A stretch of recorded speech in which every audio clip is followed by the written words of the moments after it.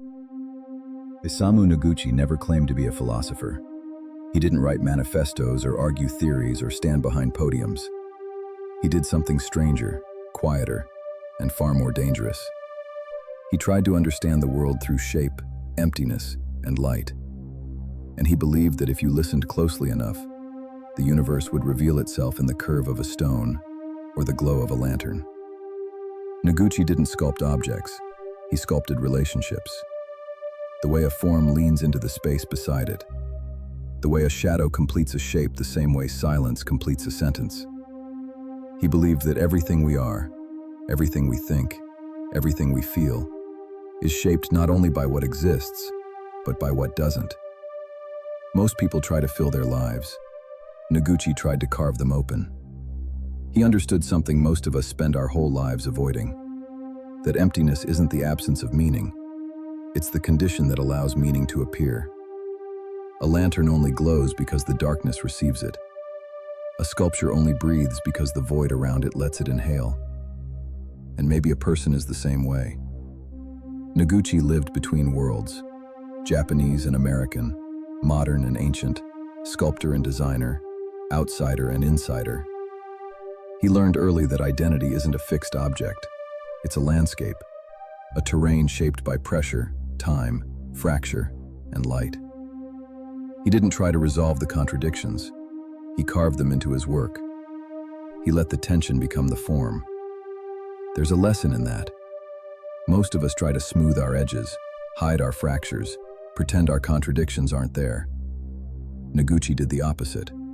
He treated every fracture as a doorway, every contradiction as a source of energy, every uncertainty as a space where something new could grow.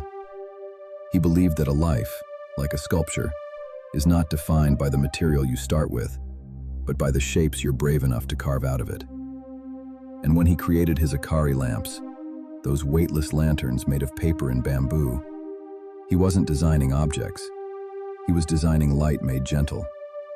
Light that didn't dominate a room, but invited it to breathe. Light that didn't shout, but whispered. Light that made space feel alive. He once said that light is a living thing, not because it moves, but because it changes what it touches. And maybe that's the real philosophy buried inside his work, that we are all sculptors of the spaces we inhabit, and the light we carry, or refuse to carry, shapes the world around us.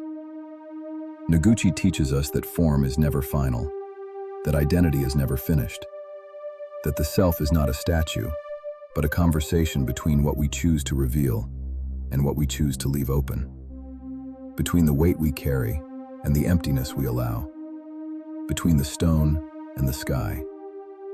He reminds us that the world is not asking us to be perfect. It's asking us to be in relationship with our environment, with our contradictions, with our shadows, with our light. And maybe that's the quiet truth he spent his life carving into the world, that meaning isn't found in the object, or the goal, or the achievement. Meaning is found in the space between things, the pause before the next breath, the silence between two thoughts, the curve that only exists because the void allows it.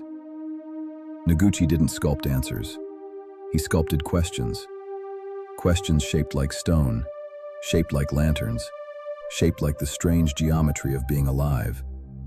And if you stand still long enough, if you let the noise fall away, you can feel what he was trying to tell us. That a life is not defined by what fills it, but by the spaces we leave open for light to enter.